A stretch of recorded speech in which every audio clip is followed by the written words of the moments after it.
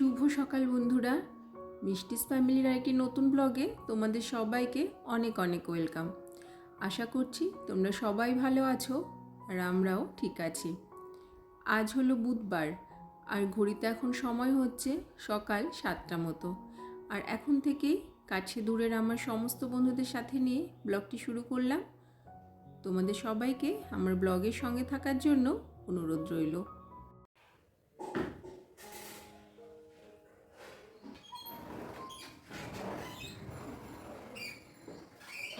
ঘুম থেকে উঠে ফ্রেশ হয়ে বাসি জামা কাপড় সমস্ত কিছু চেঞ্জ করে সবার আগে এখন ঠাকুর ঘরে চলে এসে ঠাকুর ঘরে জানলা টালনাগুলো খুলে দিলাম।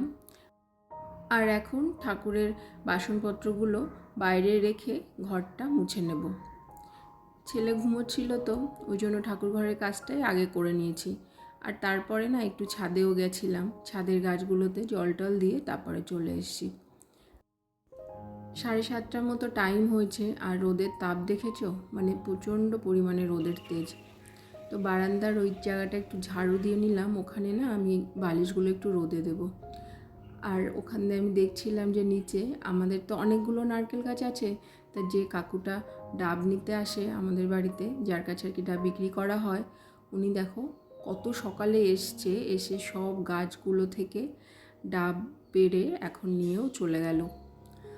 তো বারান্দার এখানে তো ঝাড়ু দিয়েছিলাম বালিশগুলো রোদে দেবো বলে, ভালো রোদ এসছে তো তাই ভাবলাম যে আগে ওগুলো রোদে দিয়ে দিই। আর তারপরে ছেলেকে ঘুম থেকে তুলে ওকেও ফ্রেশ করিয়ে দিয়ে ওকে টিফিনটা করিয়ে দিয়েছি। ও না সকালে ঘুম থেকে ওঠার পর 15 মিনিটের মধ্যেই ওকে আমি ওর খাবারটা দিয়ে দিই। আমি হয়তো সকালে ঘুম থেকে উঠেই সাথে সাথে কিছুই খাই না, শুধু এক গ্লাস জল খেয়ে নিই, কিন্তু ছেলেকে একদম তাড়াতাড়ি খাবারটা দিয়ে দিই।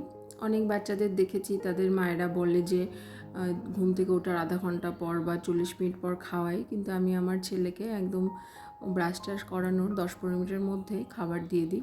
হালকা খাবারই খাই সকালের দিকে। তো যাই হোক, এখন আমি এই বিছানাগুলো একটু ঝেড়ে ঝুড়ে পরিষ্কার করে নেব। তাই ভাবলাম যে ওটা করার আগে বেডটা একটু মুছে নিই, তারপরে গিয়েই একেবারে বিছানাটা ঝেড়ে নেব। বালিশগুলো তো সব রোদে দিয়েছি, ওই জন্য ওগুলো এখন আর বিছানায় তো সেট করতে পারছি না। যতক্ষণ রোদ থাকবে, প্রায় 12টার মতো আমার ওই বারান্দায় ভালো রোদ থাকে, ততক্ষণ বালিশগুলো ভেবেছি রোদেই রেখে দেব। মাঝে মধ্যে বালিশ এইভাবে রোদে দিলে তুলোটা ভালো থাকে। ছেলেকে তো খাওয়ানো দাওয়ানোর পরে নিচে পাঠিয়ে দিয়েছিলাম ওর ঠাম্মি দাদুর কাছে। আর এখন আমি আস্তে আস্তে আমার যে সমস্ত কাজকর্মগুলো বেডরুমের আছে সেগুলোই করে নেব। আমার ছেলে আবার না সকালের দিকে পড়াশোনা খুব একটা করতে চায় না। স্কুল থাকলে তো যেতেই হয়, কিন্তু বাড়িতে থাকলে দেখো এখন তো ছুটি চলছে, নেক্সট উইক থেকে স্কুল শুরু হবে। তা ওকে যতই বলে যে বাবু একটু সকালের দিকে পড়াশোনাটা করে নাও, কিন্তু ও একদমই করতে চায় না। ঘুম থেকে তো দেখো আমার পরপরই উঠে গেছে, আর ও যদি চাইতো আমি তো এই কাজকর্মগুলো সেরে তারপরে ওকে হয়তো একটু পড়াতে বসাতাম, তারপরে কিচেনে যেতাম, কিন্তু ও একদমই পড়তে চায় না বলে আমিও সেরকম একটা জোর করি না। কিন্তু ওর আবার একটা ভালো গুণ কি জানো তো, সন্ধ্যার পরে ওকে যতটা টাইম আমি পড়াবো ও ঠিক তখন পড়ে নেবে। তো ওপরের সব কাজকর্ম কমপ্লিট করে এখন চলে এসেছি কিচেনে। আর কিচেনে এসে তো সবার আগে আমি প্রতিদিন ভাতটাই বসিয়ে দিই। আর ভাত হতে হতে না আমি একটু টিফিনও করে নেব। আজকে টিফিনে সেরকম কিছু বানাবো না, মুড়িই খাবো। আর ডাল আর ভাজা তো আমার শাশুড়ি মা করেই রেখেছেন।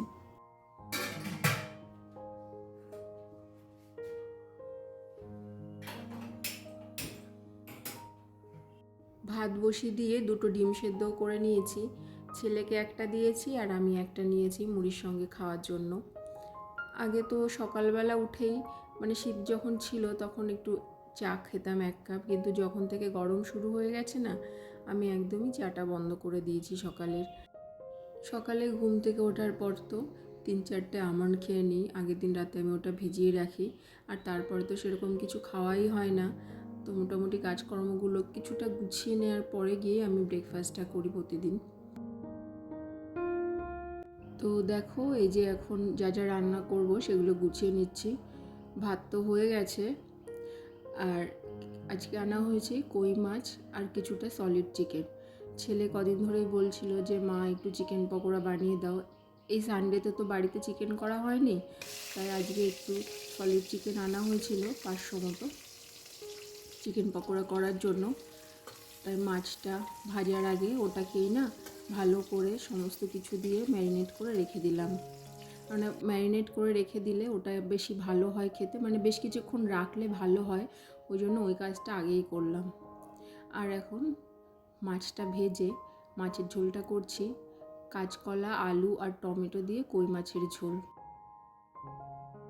মাছের ঝোলটা হয়ে গেছে আর এখন আস্তে আস্তে পকোড়াগুলো ভেজে নেব।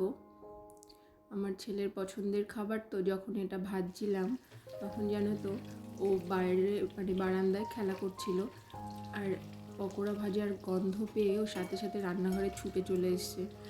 তো প্রথমে 4-5টা মতো পকোড়া ভালো করে ডিপ ফ্রাই করে ওকে দিয়েছি খেতে।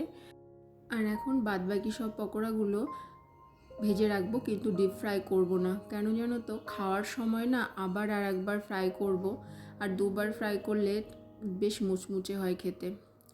তো আজকে তো দেখলে কি কি রান্না করলাম। আমি করলাম ভাত, কাঁচকলা, আলু আর কই মাছ দিয়ে মাছের ঝোল, চিকেন পকোড়া, আর আমার শাশুড়ি মা সকালে করেছিলেন ডাল আর আলু আর বিনস ভাজা। তো আজকের মেনু এটাই।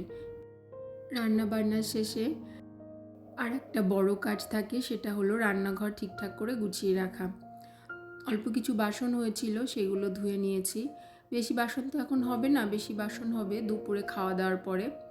তো যে কটা বাসন হয়েছিল সেগুলোই ধুয়ে নিলাম। আর তারপরে এখন দেখো এই গ্যাস, ওভেন টোভেন আর এই চারপাশটা ভালো করে মুছে নিয়ে রান্নাঘরের কাজ শেষ, এরপর চলে যাব ওপরে।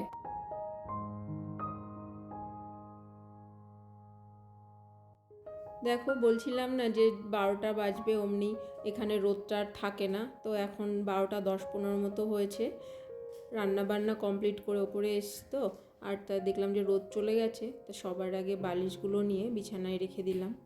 সেই তখন সকাল 7:30 পৌনে 8টার দিকে দিয়েছিলাম, আর 3-4 ঘন্টা রোদ পেয়েছে বালিশগুলো। ছেলেকে স্নান টান করিয়ে দিয়েছি, আর অল্প কিছু জামা কাপড় আছে কাচার জন্য, সেগুলো এখন ভিজিয়ে রাখবো। আর আমি তো প্রতিদিনই কাচি, কী করি বলো তো, প্রতিদিনই অল্প অল্প করে কাচতে থাকি, তাহলে কষ্টটা আমার অনেকটা কম হয়। কিন্তু ওই যে প্রতিদিনই কাচতে হয়, এটাই যা। শীতের সময় আবার এটা করি না, তখন তো ডেলি জল ঘাটতে, মানে স্নান তো করতেই হয়, কিন্তু কাচাকাচির জন্য জল ঘাটতে না খুব কষ্ট হয়, তখন হয়তো একদিন বাদে বাদে বা 2 দিন পরে কাচাকাচিটা করি। তো জামা কাপড়গুলো ভিজিয়ে রেখে এখন একটু বেসিনটা পরিষ্কার করে নেব। আমি এই বেসিন, তারপরে বাথরুমের যে ফ্লোর, এগুলো পরিষ্কার করার জন্য রেড হারপিকটা ইউজ করি। ভীষণ ভালো কাজ দেয়, জানো তো, খুব ভালো ক্লিন হয়। তো রেড হারপিকটা বেশ কিছুক্ষণ একটু মাখিয়ে রেখে, মানে লাগিয়ে রেখে তারপরে আমি ওটা ঘষে দিই ব্রাশ দিয়ে, আর সুন্দর ক্লিন হয়ে যায়। অন্য দিন তো রান্নাবান্নার শেষে তারপরেও কিছু ডাস্টিংয়ের কাজ করি, কিন্তু আজকেই কাচাকাচি করার ছিল, তারপরে বেসিনটা পরিষ্কার করার ছিল, ওই জন্য না কোনো ডাস্টিংয়ের কাজ টাজ করিনি। তারপর স্নান টান সেরে জামাকাপড়গুলো ছাদে মেলে দিয়ে চলে এসি ঠাকুর ঘরে পুজো করতে।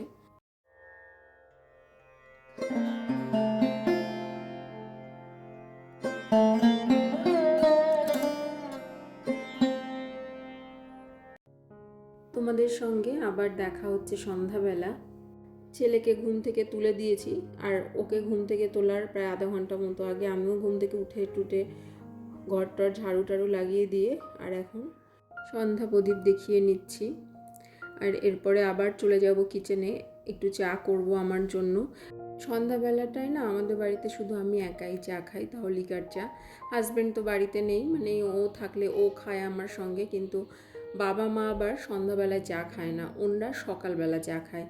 তো সন্ধ্যাবেলার চাটা শুধু আজকে আমি একার জন্যই করব। আর ছেলের জন্য হরলিক্স টরলিক্স করে নিয়ে তারপরে ওকে খাওয়ানো হয়ে গেছে। আর এখনও যেহেতু স্কুল শুরু হয়নি, তো স্কুলের পড়াশোনা মানে বই দিয়ে দিয়েছে, কিন্তু পড়াশোনা সেগুলো কিছুই করাচ্ছি না। তা ও না কন্টিনিউ বসে শুধু ড্রয়িংই করছে, যেটা ভালো লাগে করতে সেটাই করে। তাই ওকে বললাম যে বাবু তুমি তাহলে ড্রয়িং করো, আর আমি ওই পাশের রুমে চলে এসেছি। এই যে তোমরা দেখছো এই শোকেসটার এই যে জায়গাটায় না, এখানটায় আমি আমার ছেলের ব্যাগ তারপরে বইপত্র যা যা সব কিছু গুছিয়ে রাখি। তা কদিন ধরে দেখছিলাম যে ওটা খুব এলোমেলো হয়ে আছে, একটু পরিষ্কার করারও দরকার, কিন্তু হয় না যে আজ করব কাল করব এই করে করে না করার সময়ই পাচ্ছিলাম না। তো আজকে ভাবলাম যে না এই করলে হবে না, করেই নিই। ছেলের স্কুল শুরু হয়ে যাবে, তখন না আরও তাড়া থাকবে, আর এদিকে আমার হাতই লাগানো হবে না। তা ওদিকে দেখো সব কিছু ঠিকঠাক করে গুছিয়ে রেখে দিয়েছি। আর ওর এলকেজির যে বইগুলো সেইগুলোও না একটু আলাদা করে নিচ্ছি। ওর মধ্যে যে জিনিসগুলো আমার লাগবে, মানে যে সমস্ত খাতাগুলো থাকে সেইগুলো লাগে, কিন্তু বইটইগুলো তো আর লাগবে না, নতুন ক্লাসে নতুন বই সেইগুলোই এখন দরকার। তাই সেগুলো সব আলাদা করে সব রেখে দিলাম। তো সব কিছু সুন্দর করে গুছিয়ে টুছিয়ে রাখা হয়ে গেছে। আর এখন একটু বিছানাটাও ঝেড়ে নিলাম। ওই বিছানার মধ্যে বসেই তো সব কাজগুলো করেছি, ওর মধ্যেও দেখছি একটু নোংরা পড়েছে। আর তারপরে ঘরটাও ঝাড়ু টাড়ু দিয়ে নিলাম। আমার এই রুমটা না খুব একটা বেশি বড় না, সেজন্য এই রুমে খুব বেশি জিনিসপত্রও নেই। ছেলের খেলনাগুলো দিয়েই ঘরটা সুন্দর করে সাজিয়ে রেখেছি। ঘর ছোট হোক বা বড় বা জিনিসপত্র মানে ফার্নিচার কম বেশি যাই হোক, সেটা যদি ঠিকঠাক করে গুছিয়ে রাখা যায় সে ছোট্ট ঘরটাকেই না ভালো লাগে দেখতে। তো এখন চলে যাব পাশের রুমে ছেলের কাছে, গিয়ে দেখি এখনও কি করছে। তাকে এসে দেখলাম যে না বসে বসে একা একা ড্রয়িংই করছে। তা আমি ওকে একটু এটা ওটা দেখিয়ে দিচ্ছিলাম। তো আজকের মতো ভিডিওটি তোমাদের সঙ্গে এ পর্যন্ত শেয়ার করলাম। আশা করছি তোমাদের ভালো লেগেছে। দেখা হবে তোমাদের সঙ্গে আবার নেক্সট ব্লগে। আর তোমাদের যদি ভালো লাগে প্লিজ লাইক কমেন্ট করে বন্ধু হয়ে সবাই আমার পাশে থেকো। তোমরা সবাই ভালো থেকো, সুস্থ থেকো, সবাইকে টাটা।